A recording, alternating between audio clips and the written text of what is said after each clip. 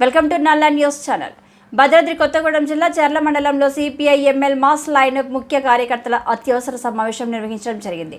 ఈ సందర్భంగా party division నాయకుడు కొండా చరణ్ మాట్లాడుతూ, నా పేరు Konda Charan, CPI ML mass line Prajapantha party Bhadrachalam division నాయకుడిని. భద్రాచలం ఏజెన్సీ ప్రాంతంలో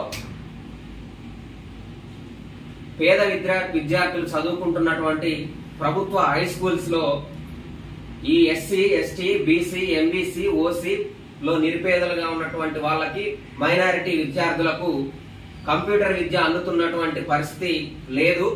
ఎప్పుడో 2008 సంవత్సరంలో ఆనాడు ఉన్నటువంటి ప్రభుత్వం ఈ ప్రభుత్వ హై స్కూల్లో చదివేటువంటి విద్యార్థులకు కంప్యూటర్ విద్య ఖచ్చితంగా అందించాలని ఒక మంచి ఆలోచన చేసి ఆ రోజు ప్రతి పాఠశాలకి 11 కంప్యూటర్లు అందించడం జరిగింది.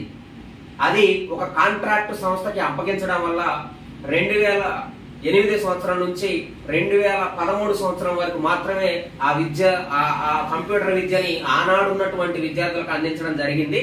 తర్వాత వచ్చినటువంటి బీఆర్ఎస్ ప్రభుత్వం ఈ పేద విద్యార్థులకి, ఎవరైతే ప్రభుత్వ బడుల్లో చదువుకునేటువంటి SC, ST, BC, MBC, minority, ఓసీలో ఉన్న నిరుపేద విద్యార్థులు ఉన్నారో వీళ్ళకి కంప్యూటర్ విద్యను అందించాలనేటువంటి సోయి లేనటువంటి పరిస్థితి. ఆనాటి నుంచి ఈ పేద విద్యార్థులకి కంప్యూటర్ విద్య అందని ద్రాక్షగా మారినటువంటి పరిస్థితి ఉంది. నాటి నుంచి 2013 నుంచి నేటి వరకు చదువుకున్నటువంటి ప్రభుత్వ బడిలో చదివిన విద్యార్థులకు ఎవ్వరికి కూడా కంప్యూటర్ విద్య అందినటువంటి పరిస్థితి లేదు. కాబట్టి పేద విద్యార్థులకు కంప్యూటర్ విద్యను అందించడంలో బీఆర్ఎస్ ప్రభుత్వం పూర్తిగా విఫలమైంది. దీన్ని మేము తీవ్రంగా నిరసిస్తున్నాం. ఏదైతే ప్రజా ప్రభుత్వం అని చెప్తున్నటువంటి కాంగ్రెస్ ప్రభుత్వం ఉందో, ఈ కాంగ్రెస్ ప్రభుత్వం హయాంలో అయినా సరే పేద విద్యార్థులకు కంప్యూటర్ విద్యను అందించాలని సిపిఐ ఎంఎల్ మాస్ లైన్ ప్రజాపంద పార్టీగా మేము కోరుతా ఉన్నాం. అదే విధంగా ప్రతి హై స్కూల్ కి ప్రభుత్వమే 50 కంప్యూటర్లను మంజూరు చేయాలని, ప్రతి ఆ 50 కంప్యూటర్లకు గాను 3 ఉపాధ్యాయులను శిక్షణ ఇచ్చేటోళ్ళని నియమించాలని మేము డిమాండ్ చేస్తా ఉన్నాం.